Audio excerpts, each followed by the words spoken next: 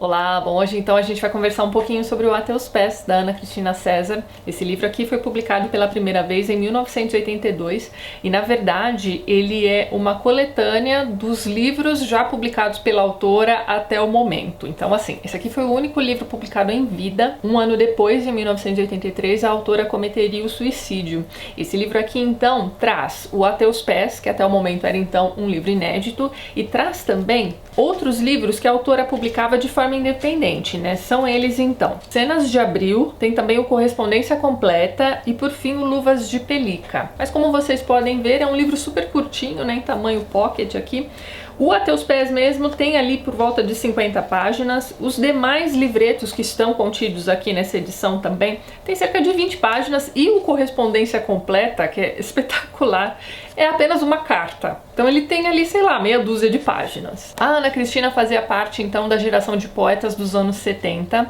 Vários desses poetas faziam parte de um movimento, acho que a gente pode chamar de movimento, chamado literatura marginal. Então assim, a Ana Cristina, se não era a única mulher ligada a esse movimento, ela era uma das poucas mulheres. E com certeza foi a que se sobressaiu e é a que nós estudamos até hoje. Inclusive este livrinho aqui, o A Teus Pés, está sendo pedido por alguns vestibulares aí Brasil afora. Então antes da gente conversar sobre o livro em si, vamos pensar um pouquinho nessa literatura marginal. Então veja bem, esse foi o nome dado então ao movimento que surgiu ali nos anos 70, ou seja, no auge da ditadura militar. Era um movimento de contracultura. Um outro nome que a gente tem para esse pessoal também é a geração mimeógrafo. Por que isso? Veja bem, a palavra marginal aqui não tem aquele sentido social, tá? A gente está falando de um pessoal que se recusava a se submeter ao que as editoras conservadoras da época exigiam. Então, assim, esse conservadorismo das editoras durante a ditadura militar tinha muito mais a ver com a censura do que com qualquer outra coisa. Então existia esse medo dos grandes editores de publicarem aí esses livros de contracultura, enfim, vocês entenderam, né? Então o que é que esses autores faziam? Eles mesmos publicavam seus próprios livros de forma bastante artesanal mesmo, tudo muito caseiro, enfim, a própria Ana Cristina César fazia seus livros em mimeógrafo. Se você não sabe o que é um mimeógrafo, meu Deus do céu. Bom, gente, vou colocar aqui uma foto. Ali pela primeira, segunda série do ensino fundamental, eu convivi bastante com mimeógrafos. Então, assim, só de pensar nessa palavra já me vem um cheiro de álcool, né? Memória. Era com essa máquina que os professores faziam as cópias das apostilas para entregar para os alunos, enfim. Se eu não me engano, a Xerox até já existia, mas ainda era muito caro. Então, os professores armavam esse maquinário em cima da mesa e iam fazendo as cópias e entregando para os alunos. Então a própria Ana Cristina também publicou ali o Correspondência Completa e o Cenas de Abril também em mimeógrafos e ela distribuía aquilo para as pessoas. Então outro fato que coloca, né, esses autores a marginalidade daquilo que estava sendo produzido pelas grandes editoras é o fato de que eles não cobravam muitas vezes. Eles simplesmente distribuíam e eles tinham uma vontade muito grande de que aquela mensagem deles encontrasse, né, interlocutores. Eles queriam ser ouvidos, na verdade lidos, mas enfim, vocês entenderam. Além da Ana Cristina César, outro nome que é bastante conhecido nosso aqui hoje em dia é o do Paulo Leminski. Ele também era, né, dessa geração mimeógrafo. E a literatura produzida por esse pessoal era uma literatura mais intimista, eu diria. Você tinha ali então cenas do cotidiano ligadas à pessoa que estava produzindo e também às pessoas para quem eles estavam escrevendo. É isso também que você vai encontrar bastante aqui no A Teus Pés. Então, só voltando ali um pouquinho à questão da literatura marginal. Então, a questão da margem, né? Essa ideia da margem vem então da questão desses autores estarem fora das grandes editoras. Você tinha a distribuição informal dessas obras. E outra coisa também que esse pessoal fazia era ir na contramão daquilo que era produzido esteticamente em termos de poesia. E aqui eu não estou me referindo à questão de métrica, rimas, nada disso. Eu estou me referindo à estética do modernismo. Eles não seguem nada disso. Então tudo isso a gente encontra aqui na poesia da Ana Cristina e é bastante interessante a gente perceber também que além dela levar em consideração tudo isso que era produzido ali pelos colegas de movimento da época, ela também tinha, acho que nem se pode dizer que ela tinha essa preocupação, mas assim, a gente nota que ela tem uma veia literária muito grande. Então, apesar de muitas vezes a gente começar a ler esses poemas e não entender nada, porque as frases são desconexas, aparentemente, né, propositalmente desconexas, ela vai inserindo ali também no meio das poesias dela algumas frases em inglês, outras em francês, e num primeiro momento isso pode até parecer assim meio aleatório, mas não é. A gente percebe que existe ali toda uma personalidade, eu diria, né, da própria autora ali na sua obra. Acho que dá pra gente dizer também que a poesia da Ana Cristina é uma poesia urbana, então ela vai colocando aqui pra gente não só aquilo que ela vivencia, mas aquilo que ela vê. Ana Cristina era carioca, então diversas dessas cenas têm a ver com o cotidiano do Rio de Janeiro, ali nos anos 70, começo dos 80. E salvo engano, Luvas de Pelica ela escreve quando ela está fazendo uma viagem à Inglaterra. Aliás, a Ana Cristina, né, dentre outras coisas, era também professora de português, professora de literatura brasileira, professora de inglês. Ela era formada em letras, a pós-graduação dela, se eu não me engano, foi feita na área da comunicação. E ela também deixou um extenso trabalho de tradução. E nesse Luvas de Pelica, a gente vai ter ali também uma mistura entre prosa e poesia. São textos que muitas vezes vão lembrar trechos de diários e fica sempre aquela pulguinha atrás da orelha, né? Até que ponto aquilo ali é uma autoficção, até que ponto aquilo ela realmente viveu ou ela criou. Por exemplo, eu vou ler aqui um trechinho do Luvas de Pelica para vocês.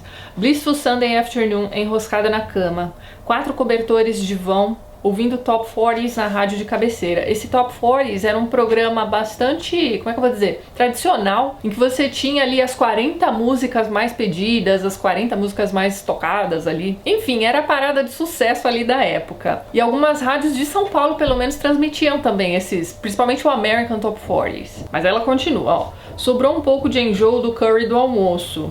Passando loção de vaselina, prestando atenção sem querer na porta do banheiro que bate. Será que ele sabe para me ver?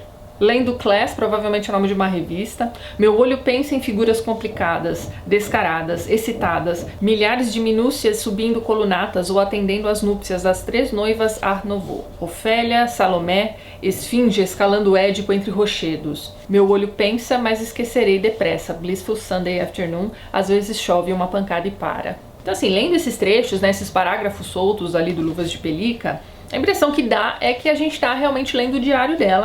Então os textos da Ana Cristina César também têm esse viés confessional. A tal da correspondência completa, né, que eu disse pra vocês que é apenas uma carta, é um troço assim impressionante. Como é que isso aqui pode ser uma correspondência completa, né? A carta é escrita, na verdade, a um interlocutor que a gente não sabe quem é. Ela começa a carta apenas com My Dear e ela encerra essa carta assinando como Júlia. Enfim, será que essa aqui foi a única carta que essa personagem Júlia escreveu na vida? Agora, o A Teus Pés mesmo, que é o livro que dá título aqui a essa coletânea de textos dela, é um livro que mistura poesia com prosa. Então, além das poesias, né, como é que eu vou dizer, tradicionais, digamos assim, a gente tem também alguns parágrafos soltos como Luvas de Pelica. A gente tem poemas super curtinhos de uma linha só, por exemplo.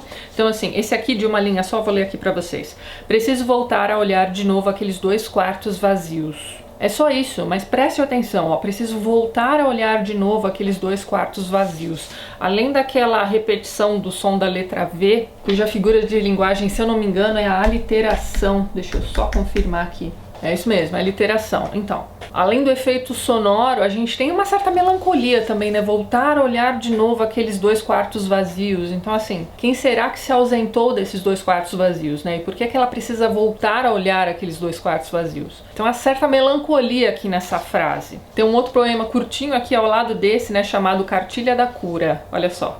As mulheres e as crianças são as primeiras que desistem de afundar navios. Agora, eu particularmente gosto muito do poema que abre a coletânea Teus Pés e o poema que fecha também. O que abre é o Trilha Sonora ao Fundo. Eu vou ler pelo menos um trecho aqui pra vocês e vocês vão percebendo que são frases soltas, mas elas formam imagens, elas contam uma história. Então vamos lá, ó.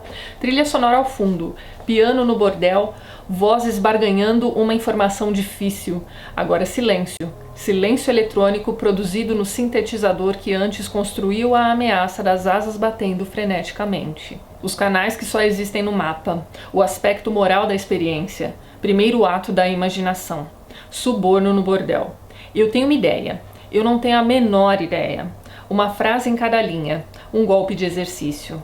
Memórias de Copacabana. Santa Clara às 3 da tarde. Autobiografia. Não. Biografia. Essa frase aqui desse primeiro poema, eu acho que diz muito a respeito de tudo aquilo que ela escreve. Então assim, ó, ela começa, ó, autobiografia, então eu estou escrevendo sobre mim mesma. Aí depois ela diz ali, ó, não, biografia. Então ela pode estar escrevendo sobre outra pessoa. Agora eu já não me lembro de quem é essa frase, mas é de um poema também, e a pessoa diz algo do tipo, eu que me aguente comigo e com os comigos de mim. Então enquanto eu estava lendo esse voluminho aqui do A Teus Pés, de novo, porque esse livro está contido aqui no Poética da Ana Cristina César, então essa foi a segunda vez que eu li A Teus Pés, enfim, enquanto eu estava fazendo essa releitura, eu me lembrei demais dessa frase. Deixa eu descobrir aqui de quem é, gente, só um minutinho. É Fernando Pessoa, gente, é um poema do Álvaro de Campos que se chama Eu Que Me Aguente Comigo. Tem outra frase muito bonita nesse poema aqui, no trilha sonora ao fundo, em que ela vai dizer o seguinte, ó: muito sentimental, agora pouco sentimental. Pensa no seu amor de hoje, que sempre dura menos que seu amor de ontem. Eu acho isso muito bonito, ó, vou repetir. Pensa no seu amor de hoje, que sempre dura menos que seu amor de ontem. E no poema que fecha o A Teus Pés, que é o fogo do final, ela vai mencionar ali o trechinho, né, a frase que dá título ao livro, né, olha lá. É para você que escrevo, hipócrita, para você. Sou eu que te seguro os ombros e grito verdades nos ouvidos, no último momento. Me jogo aos teus pés inteiramente grata. Bofetada de estalo, decolagem lancinante, baque de fuzil. É só para você, e que letra tão hermosa. Pratos limpos atirados para o ar, circo instantâneo, pano rápido, mas exato, descendo sobre a tua cabeleira de um só golpe e o teu espanto.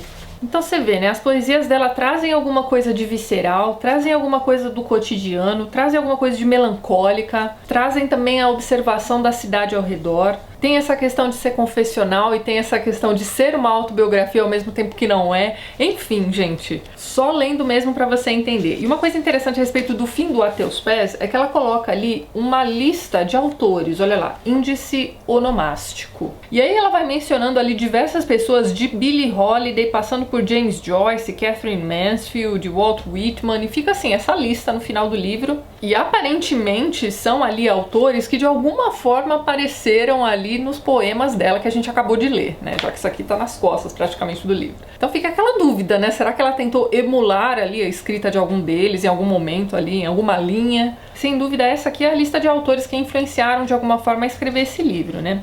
Enfim, a gente tem ali também os Cenas de Abril. Também, mais uma vez, é um livro de poemas misturado ali com prosa. E esse aqui também tem um dos meus poemas preferidos dela, que se chama A Primeira Lição.